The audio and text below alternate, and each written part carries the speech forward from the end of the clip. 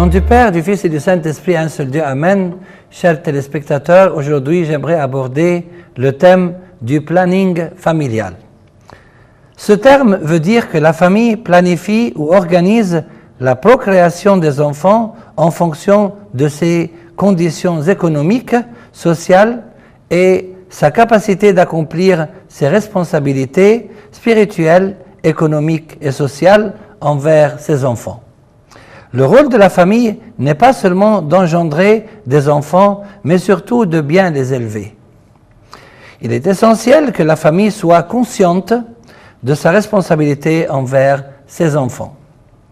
Pour l'Église, s'assurer de la conscience de la famille, de son rôle et de son bon accomplissement est le cœur du sujet du planning familial. La famille peut, pour des raisons économiques, sociales ou spirituelles, s'orienter vers des décisions du planning familial. La présence d'une nécessité qui rend la famille incapable d'assurer une éducation bonne et complète à tous les niveaux est une raison importante pour accepter le principe du planning familial. Dans notre société égyptienne, l'Église est consciente qu'il y a une nécessité générale du planning familial afin de faire face aux problèmes de la croissance démographique qui menace l'avenir du pays.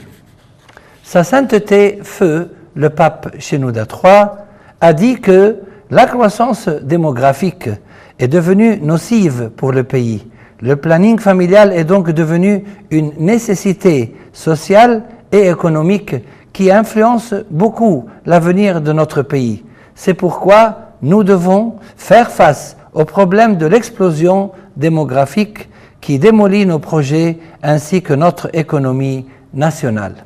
La présence d'une nécessité d'ordre général nous fait accepter le principe du planning familial. Mais les conditions des familles ne sont pas les mêmes. Pour ceci, le planning familial est une décision spécifique à chaque famille qu'elle doit prendre selon ses conditions, tant qu'elle est consciente de sa responsabilité concernant l'éducation de ses enfants et envers la société dans laquelle elle vit.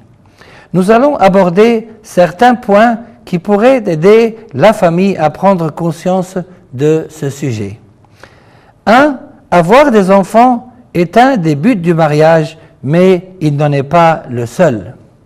Le mariage chrétien dure même si la famille n'a pas d'enfants. La stérilité n'est donc pas un motif de divorce dans la religion chrétienne. 2. Les enfants sont une bénédiction de Dieu.